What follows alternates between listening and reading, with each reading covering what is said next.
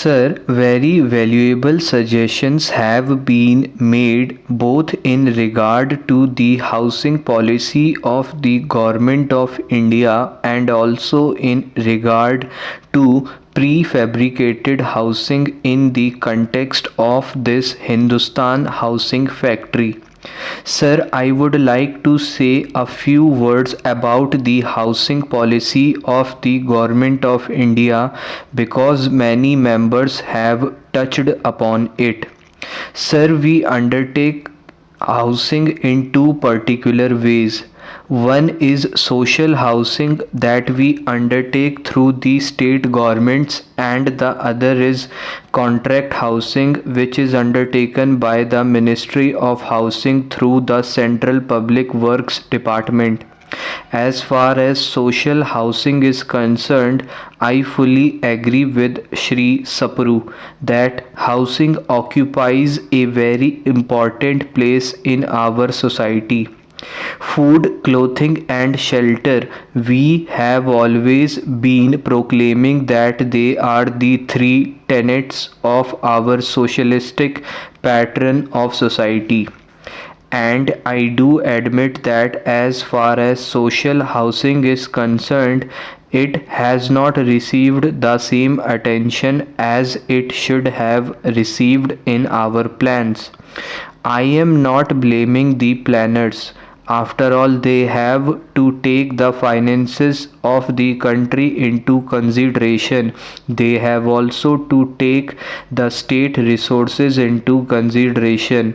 But, sir, it is a fact that while the population of the country has been growing and growing very fast during the last 10 years, there was a rise of over 21%, but in that period the allocation under housing was brought down from 34% to 15% under the 10th plan. That has been our misfortune. And sir, the states too, in spite of the fact that the allocations have been lowered, have also not been very active or enthusiastic about the housing programs. There have been lapses, and some of the houses which were built for the industrial workers have been allotted to entitled persons, and when the emergency started, even the allocations made for housing in the state plans have been diverted to other projects. They are good projects, important projects, but if we concede that housing gives a man a certain amount of satisfaction, security of life, a home, housing has to receive some priority, if not a very high priority. I have taken up this with the finance minister and the planning minister. I have also been to the life insurance corporation. The life insurance corporation has been very helpful. Now, sir, I come for a short while to the housing which is undertaken directly by my ministry. A reference has been made to Delhi. A reference has been made to the unfortunate conditions under which government servants have to live, and the last speaker very rightly remarked that the rents in Delhi are on a very high side. I have to accept all those premises. Since I took charge of this ministry, it is nearly a year now. I fully examined the problem from all its aspects. I find, sir, that previously we have been more concerned with paying house rent allowances to our government servants. We have been taking property on lease. We have been requisitioning properties, sometimes paying very heavy rents, and at the same time maintaining those properties which belonged to other people. If all the money that has been paid as rent or as house rent allowances had been diverted to the construction of houses. I am sure that the housing difficulties in Delhi and other parts of the countries like Madras, Bombay, and Calcutta would not have been so acute.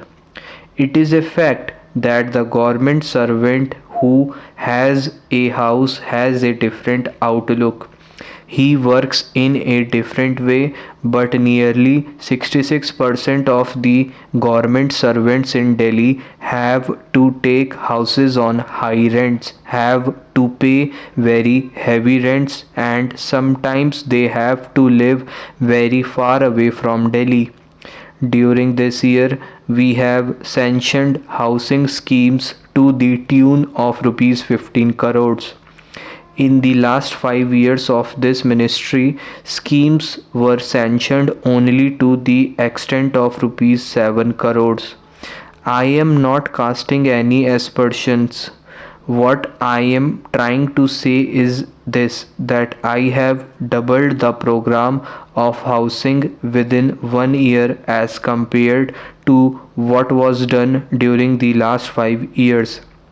I hope that we should be able within the next few years to give a certain amount of satisfaction to the government servants who have to work under very difficult conditions in Delhi. It is not a very happy position in which I am when I am told by the government servants who come to see me that every minister has a house, every member of parliament more or less has been provided with some sort of accommodation.